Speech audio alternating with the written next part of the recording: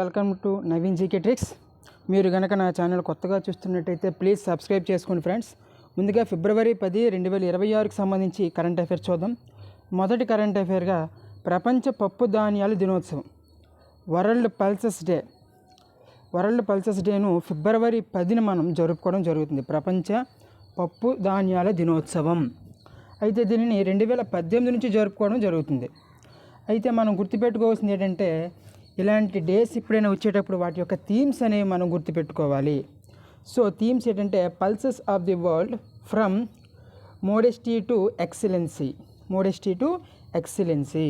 అయితే ఈ 2016వ సంవత్సరాన్ని ఐక్యరాజ్య సమితి యుఎన్ఓ అనేది అంతర్జాతీయ పప్పు ధాన్యాల దినోత్సవంగా లేదా సంవత్సరంగా గుర్తించడం జరిగింది. సో ప్రపంచ పప్పు ధాన్యాల దినోత్సవం మనం ఫిబ్రవరి 10న జరుపుకుంటున్నాం, వరల్డ్ పల్సెస్ డే. ఓకేనా. అయితే మనం థీమ్ గుర్తుపెట్టుకోవాల్సి ఉంటుంది. అలాగే అంతర్జాతీయ పప్పు ధాన్యాల సంవత్సరంగా గుర్తించింది ఎప్పుడంటే యుఎన్ఓ 2016. నెక్స్ట్ వన్, చంద్రయాన్ 4 కోసం ల్యాండింగ్ ప్రాంతాన్ని ఖరారు చేసిన ఇస్రో మనకి 1969 ఏర్పడిందండి. మనకి ప్రస్తుత చైర్మన్ గారు వి నారాయణన్ గారు ఉన్నారు. అయితే దీని యొక్క హెడ్ క్వార్టర్ మనకి బెంగళూరు వేదికగా ఉంది. అయితే 2028లో ఈ ప్రయోగం చేపట్టాలని లక్ష్యంగా ఉంది ఇస్రో. అయితే దీనిలో భాగంగా ల్యాండింగ్ ప్రాంతాన్ని ఖరారు చేసింది ఇస్రో. MM1, MM అంటే మౌంట్ అంటారు, మ్యాన్స్ మౌంట్ అంటారు. MM1, MM3, MM4, MM5 ప్రాంతాలు పరిశీలించడం జరిగింది. 1, 3, 4, 5. ఇందులో భాగంగా వీటిలో చంద్రుడి యొక్క దక్షిణ ధ్రువంలో ఉన్న MM4 ప్రాంతాన్ని ల్యాండింగ్ స్థలంగా ఖరారు చేసింది ఇస్రో. MM అంటే మనకి మ్యాన్స్ మౌంట్ అండి, గుర్తుపెట్టుకోండి. ఓకేనా. సో MM4 అని గుర్తుపెట్టుకోండి చాలు. మనకి ఇక్కడ MM4 ప్రాంతాన్ని గుర్తించింది, ఖరారు చేసింది చంద్రయాన్ 4 కోసం ల్యాండింగ్ ప్రాంతాన్ని. ఇస్రో 1969లో ఏర్పాటు జరిగింది. నెక్స్ట్ వన్, మన ఏపీకి సంబంధించి స్థూల ఉత్పత్తి మరియు తలసరి ఆదాయంలో విశాఖ టాప్లో ఉందండి. ఇది మనకు చాలా ఇంపార్టెంట్. చూడండి, యాక్చువల్గా రాష్ట్ర సగటు తలసరి ఆదాయము 2,94,507 రూపాయలుగా అంచనా వేసింది మన రాష్ట్ర ప్రభుత్వం. అయితే ఇందులో స్థూల ఉత్పత్తిలో మొదటి స్థానము, అలాగే తలసరి ఆదాయంలో మొదటి స్థానంగా నిలిచిన జిల్లా ఏదంటే మనకి విశాఖపట్నం జిల్లా. విశాఖపట్నం చూడండి, ఇక్కడ నెంబర్స్ నార్మల్గా ఫస్ట్వే గుర్తుపెట్టుకోండి. 1,60,771 రూపాయలు. తలసరి ఆదాయంలో విశాఖపట్నం 6,58,091 రూపాయలు. అయితే స్థూల ఉత్పత్తిలో మొదటి 3 స్థానాలు అనేవి మనకు చాలా ఇంపార్టెంట్. విశాఖపట్నం, ఎన్టీఆర్, కృష్ణా. ఇక్కడ విశాఖపట్నం, కృష్ణా, ఎన్టీఆర్ రివర్స్. ఎన్టీఆర్ కృష్ణ, కృష్ణ ఎన్టీఆర్ ఇక్కడ రివర్స్ అయ్యారు. అలాగే స్థూల ఉత్పత్తిలో చివరిగా నిలిచింది ఏదంటే పోలవరం 6,723 రూపాయలు. నెక్స్ట్ తలసరి ఆదాయం పరంగా చివరిది పార్వతీపురం మన్యం అనేది నిలిచింది 1,56,977 రూపాయలు. సో మొదటి 3 స్థానాలు చూసుకోండి. ఇందులో మొట్టమొదటిగా స్థూల ఉత్పత్తి మరియు తలసరి ఆదాయంలో మొదటి స్థానంగా నిలిచింది ఏదంటే విశాఖపట్నం జిల్లాని గుర్తుపెట్టుకోండి. అలాగే స్థూల ఉత్పత్తిలో ఎన్టీఆర్ సెకండు, తలసరి ఆదాయంలో కృష్ణా సెకండు. సో ఇక్కడ ఎన్టీఆర్, కృష్ణ అనేవి చేంజ్ అయ్యేవి, సెకండ్, థర్డ్ ప్లేసెస్. చాలా ఇంపార్టెంట్ టాపిక్ ఇది మనకి ఏపీ పాయింట్ ఆఫ్ వ్యూలో. రాష్ట్ర సగటు తలసరి ఆదాయం అయితే 2,94,507 అంచనా వేసింది. ఓకే.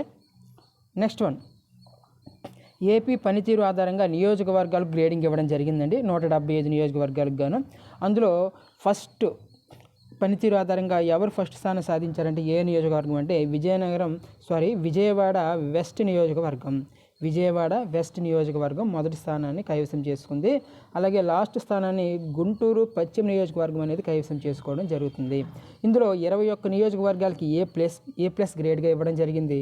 153 నియోజకవర్గాలకి ఏ గ్రేడ్గా ఇవ్వడం జరిగింది. ఒకే ఒక నియోజకవర్గానికి బి గ్రేడ్గా ఇవ్వడం జరిగింది. సో ఇక్కడ గుర్తుపెట్టుకోండి, ఫస్ట్ అంటే ఏపీలో పనితీరు ఆధారంగా నియోజకవర్గాలు గ్రేడింగ్ ఇచ్చే విధానంలో మొదటి స్థానంలో నిలిచింది ఎవరంటే విజయవాడ వెస్ట్ నియోజకవర్గం, గుంటూరు పశ్చిమ నియోజకవర్గం. ఇది లాస్ట్లో.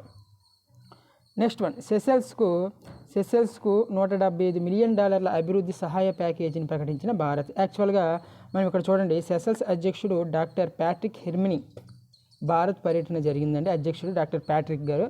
అయితే అందులో భాగంగా సెషెల్స్కు $175 మిలియన్ అభివృద్ధి సహాయ ప్యాకేజీని భారత్ అనేది ప్రకటించింది. ఎంతండి? $175 మిలియన్. సో సెషెల్స్ రాజధాని ఏదంటే మనకి విక్టోరియా అండి. ఓకేనా. కరెన్సీ కూడా తెలుసుకోండి, సెసలోయిస్ రూపీ గుర్తుపెట్టుకోండి, సెసలోయిస్ రూపీ.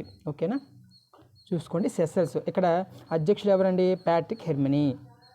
నెక్స్ట్ స్పోర్ట్స్కి సంబంధించి సంతోష్ ట్రోఫీ ఫుట్బాల్ కదండి, మనకి పలానా ట్రోఫీ అని ఇచ్చేసి ఇది క్రింది వాటిలో ఏ ట్రోఫీకి సంబంధించింది, ఏ క్రీడా విభాగానికి సంబంధించింది అని అడుగుతాడు. కాబట్టి చాలా important, exams number of times అడిగాడు. సంతోష్ ట్రోఫీ కింది వాళ్ళలో దేనికి సంబంధించింది, ఫుట్బాల్, హాకీ ఇలా ఇస్తుంటాడు. సో మనకి ఇక్కడ ఆన్సర్ ఫుట్బాల్. ఇది 79వ ఎడిషన్గా జరిగింది 2025-26. అలాగే విజేతగా నిలిచింది ఎవరండి, సర్వీసెస్ టీము. ఇది 8వ అటండి, ఓకేనా, 8th టైం. నెక్స్ట్ అలాగే రన్నర్ కూడా మనం తెలుసుకోవాలి, కేరళకి 7 సార్లుగా గెలుచుకుంది సంతోష్ ట్రోఫీ. ఇది 79వ ఎడిషను. సో ఫస్ట్ 8 సార్లు గెలిచింది ఎవరంటే సర్వీసెస్, దీనికి 8th టైం అనమాట. సో ఇక్కడ రన్నరు తెలుసుకోవాలి, విజేతలుగా మనం తెలుసుకుంటాం. సో విజేత సర్వీసెస్, రన్నర్ ఏమో Kerala. Next one, Bharat Greece మధ్య రక్షణ పారిశ్రామిక సహకార ఒప్పందం కుదిరింది. రీసెంట్గా న్యూఢిల్లీలో జరిగిందండి. అది ఎక్కడెక్కడ మనకి ఎవరెవరి మధ్య జరిగిందంటే మన భారత రక్షణ శాఖ మంత్రి రాజ్నాథ్ సింగ్ గారు, అలాగే గ్రీస్ రక్షణ శాఖ మంత్రి వర్యులు నికోలస్ జార్జియస్ మధ్య ఈ ఒప్పందం అనేది కుదిరింది. సో రీసెంట్గా ఏ 2 దేశాల మధ్య రక్షణ పారిశ్రామిక సహకార ఒప్పందం కుదిరిందంటే మనకి భారత్ మరియు గ్రీస్. నెక్స్ట్ వన్, భారతదేశంలోనే సొంతంగా ఆర్థిక సర్వేని విడుదల చేసిన రాష్ట్రం, తొలి రాష్ట్రంగా ఉత్తరప్రదేశ్ నిలిచిందండి. యాక్చువల్గా మనకి నిర్మలా సీతారామన్ గారు బడ్జెట్ ప్రవేశపెట్టే ముందు మనకు ఆర్థిక సర్వేని విడుదల చేయడం జరుగుతుంది. అయితే ఇక్కడ రాష్ట్రం పరంగా తొలి రాష్ట్రంగా సొంతంగా ఆర్థిక సర్వేని విడుదల చేసిన తొలి రాష్ట్రంగా ఉత్తరప్రదేశ్ నిలిచింది. నెక్స్ట్ వన్, సాఫ్ అండర్-19 మహిళల ఛాంపియన్షిప్ ఫుట్బాల్ ఛాంపియన్ ఎవరండి, ఇండియా గెలుచుకుందండి, గుర్తుపెట్టుకోండి.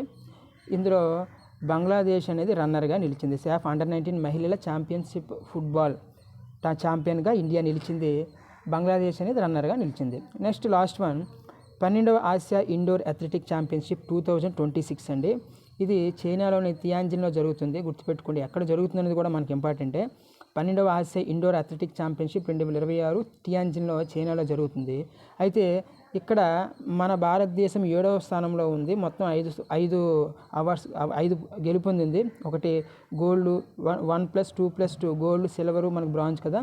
ఇది 1 గోల్డ్ వచ్చింది, మనం గోల్డ్ గుర్తుపెట్టుకోండి. గోల్డ్ ఎవరికి వచ్చిందంటే మెన్స్ హెప్టార్థన్ కేటగిరీలో తేజస్వన్ శంకర్ గారికి గోల్డ్ రావడం జరిగింది. మెన్స్ హెప్టార్థన్ అనే కేటగిరీలో తేజస్వన్ శంకర్ గారికి రావడం జరిగింది. అయితే మొదటి స్థానంలో నిలిచింది ఎవరంటే చైనా 34 మెడల్స్తో. సెకండ్ స్థానంలో ఉన్నది ఖతర్, థర్డ్ జపాన్. సో మొదటి 3 స్థానాలు తెలుసుకొని మన భారతదేశం స్థానం